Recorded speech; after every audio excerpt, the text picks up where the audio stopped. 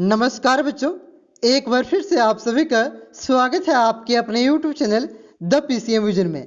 आज की इस वीडियो में हम लोग क्लास 12 इकोनॉमिक्स के टॉप मोस्ट इंपॉर्टेंट क्वेश्चन को देखेंगे बच्चों, जो आपके बोर्ड एग्जाम की दृष्टि से बहुत ही ज्यादा महत्वपूर्ण है और ये प्रश्नों के आने की संभावना भी बहुत ही ज्यादा है।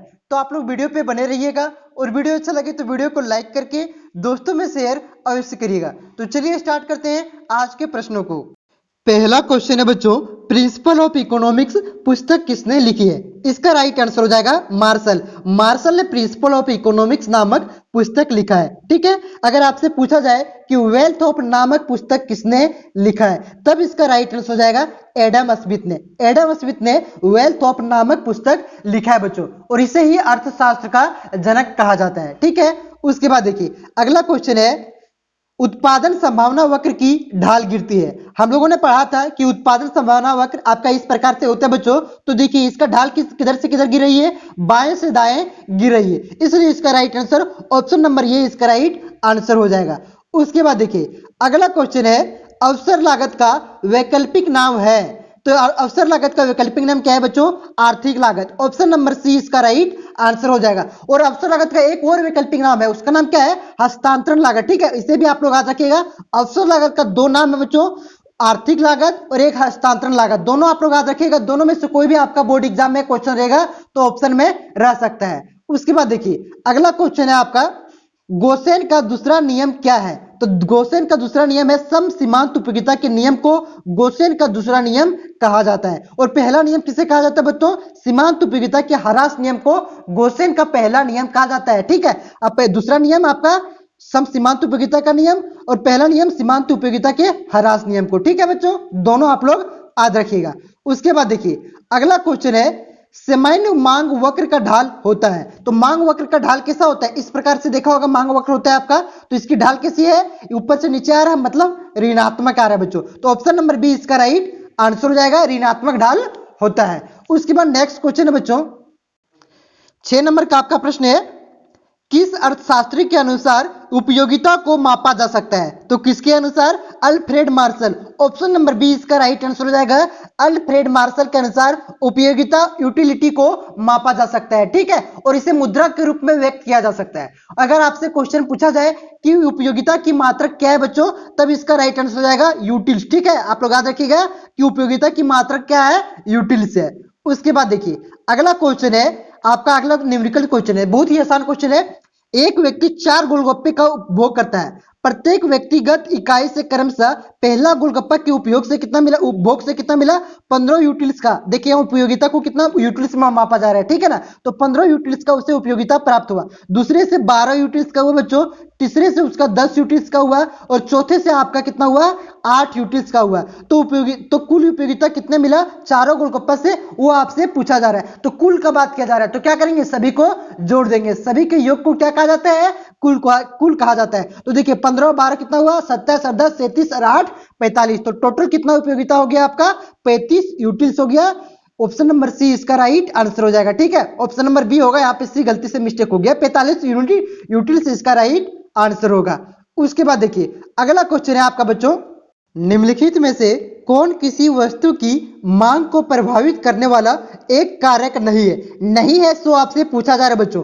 आप लोग वो एग्जाम में क्वेश्चन को ध्यान से पढ़िएगा, नहीं तो ये नहीं वाले जितने भी क्वेश्चन होते हैं बहुत ही खतरनाक क्वेश्चन होते हैं। ठीक है, वहां पे आप जानते हुए भी मिस्टेक कर सकते हैं, इसलिए क्वेश्चन को आप लोग ध्यान से पढ़िएगा। इसका राइट आंसर हो जाएगा बच्चों ऑप्शन नंबर डी, साधनों की कीमत। साधनों की कीमत किसी वस्तु की मांग को प्रभावित नहीं करता है। बाकी ये तीनों ऑप्शन जो आप लोग देख रहे हैं, वस्तु की कीमत, संबंधित वस्तु की कीमत, उपभोक्ता की है, ये तीनों आपकी किसी भी वस्तु की मांग को प्रभावित करता है बच्चों।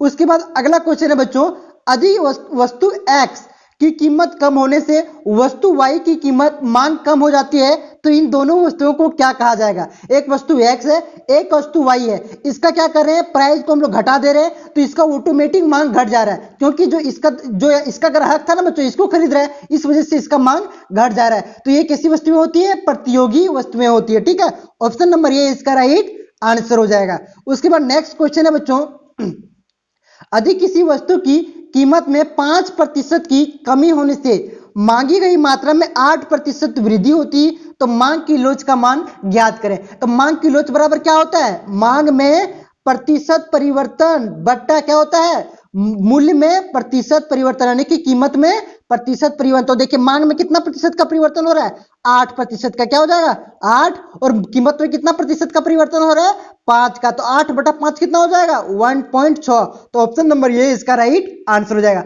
आप लोग यहाँ पे आपका डेटा चेंज किया जा सकता है, इसलिए आप लोग फार्मूला याद रखिएगा कि मांग की लोच बराबर क्या होता है, मांग में प्रतिशत परिवर्तन बटा मूल्य में प्रतिशत परिवर्तन। ठीक है, उसके बाद देखिए अगला क्वेश्चन है बच्चों, एक एकाधिकार में वस्तु की कीमत P और सीमांत लागत यानी कि मार्जिनल कॉस्ट में क्या संबंध पाया जाता है। तो क्या होता है बच्चों, प्राइस आपका हर समय मार्जिनल कॉस्ट से ज्यादा होता है। ठीक है, प्राइस आपका अधिकतम होता है मार्जिनल कॉस्ट से। ठीक है, इस प्रकार से इसका संबंध होता है। ऑप्शन नंबर सी इसका राइट आंसर हो जाएगा। उसके बाद देखिए अगला क्वेश्चन है, न्यूमेरिकल क्वेश्चन है लेकिन बहुत ही आसान क्वेश्चन है बच्चों, और आपके बोर्ड एग्जाम में इस तरह के एक क्वेश्चन पक्का आएगा। ठीक है, तो आप लोग ध्यान से इसको देखिए किस प्रकार से सॉल्व किया जाता है। देखिए माना कि एक बाजार में केवल 2 उपभोक्ता है, एक बाजार है उसमें केवल कितना उपभोक्ता है, 2 ही उपभोक्ता है, 2 ही खरीदने वाले व्यक्ति है। ठीक है, तथा एक वस्तु की जिनकी मांग निम्न तालिका में दिखाया गया है। यहाँ पे मांग दिखाया गया है, जब दाम 1 रुपया रहता है तो उपभोक्ता 1 के द्वारा 8 इकाई की मांग किया जाता है,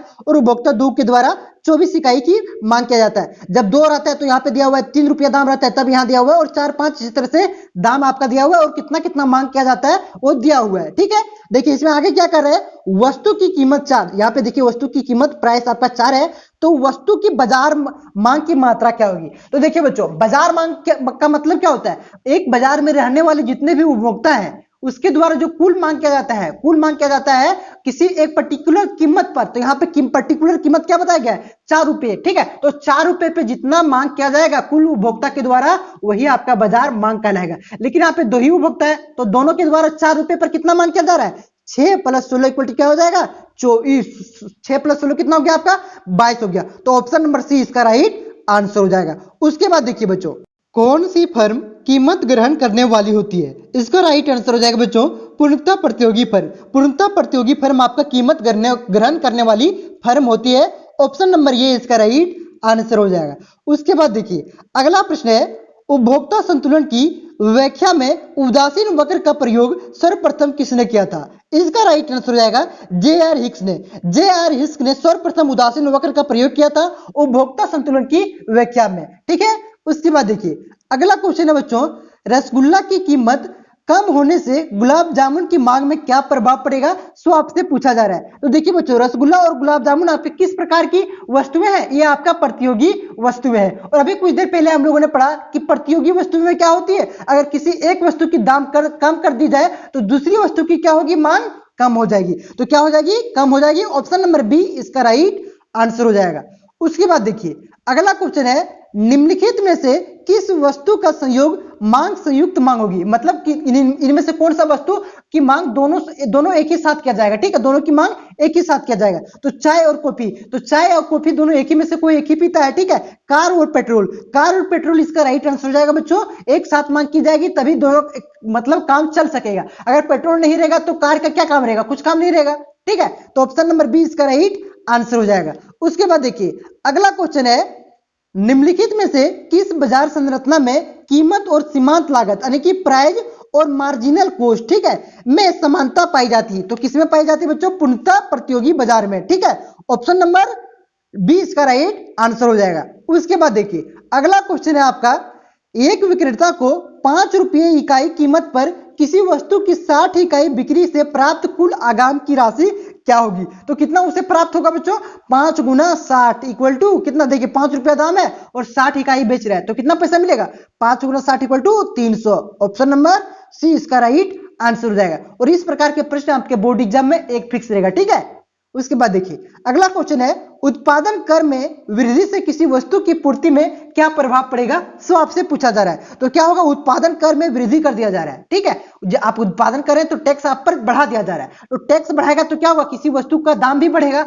और दाम बढ़ेगा तो क्या होगा बच्चों, मांग कम होगा। कीमत बढ़ेगा तो मांग कम होगा ना, और मांग कम होगा तो ऑटोमेटिक अपने आप पूर्ति कम हो जाएगा। तो क्या होगा, पूर्ति में कमी होगी। ऑप्शन नंबर बी इसका राइट आंसर हो जाएगा। उसके बाद देखिए बच्चों, यदि एक बाजार में यदि फर्मों की संख्या बढ़ जाए, क्या हो रहा है, दुकानों की संख्या बढ़ जा रही है, तो वस्तु की पूर्ति क्या होगी, वस्तु की पूर्ति भी बढ़ जाएगा, ठीक है ना। अगर कंपनी बढ़ जा रहा है बाजार में, तो उत्पादन वो ज्यादा करेगा, और उत्पादन ज्यादा करेगा तो पूर्ति भी बढ़ जाएगा। ऑप्शन नंबर सी इसका राइट आंसर हो जाएगा। तो यहाँ पे मैंने 20 इंपॉर्टेंट प्रश्नों को आपको करवाया बच्चों। अगर इसका पीडीएफ चाहिए, पढ़ना चाहते हैं आप, तो टेलीग्राम का लिंक डिस्क्रिप्शन में दिया हुआ है, उसे आप लोग ज्वाइन कर लेंगे, वहां पे मैं इसका पीडीएफ दे दूंगा, और इसे आप लोग रट जाइए बच्चों। बहुत ही ज्यादा इंपॉर्टेंट प्रश्न है, और ये 20 में से हो सकता है 20 आपके एग्जाम में आ भी सकता है, ठीक है। लेकिन मैं गारंटी के साथ कहता हूं 10 से 15 आपके बोर्ड एग्जाम में आने की संभावना है बच्चों, ठीक है। तो मिलते हैं नेक्स्ट वीडियो में, तब तक के लिए धन्यवाद।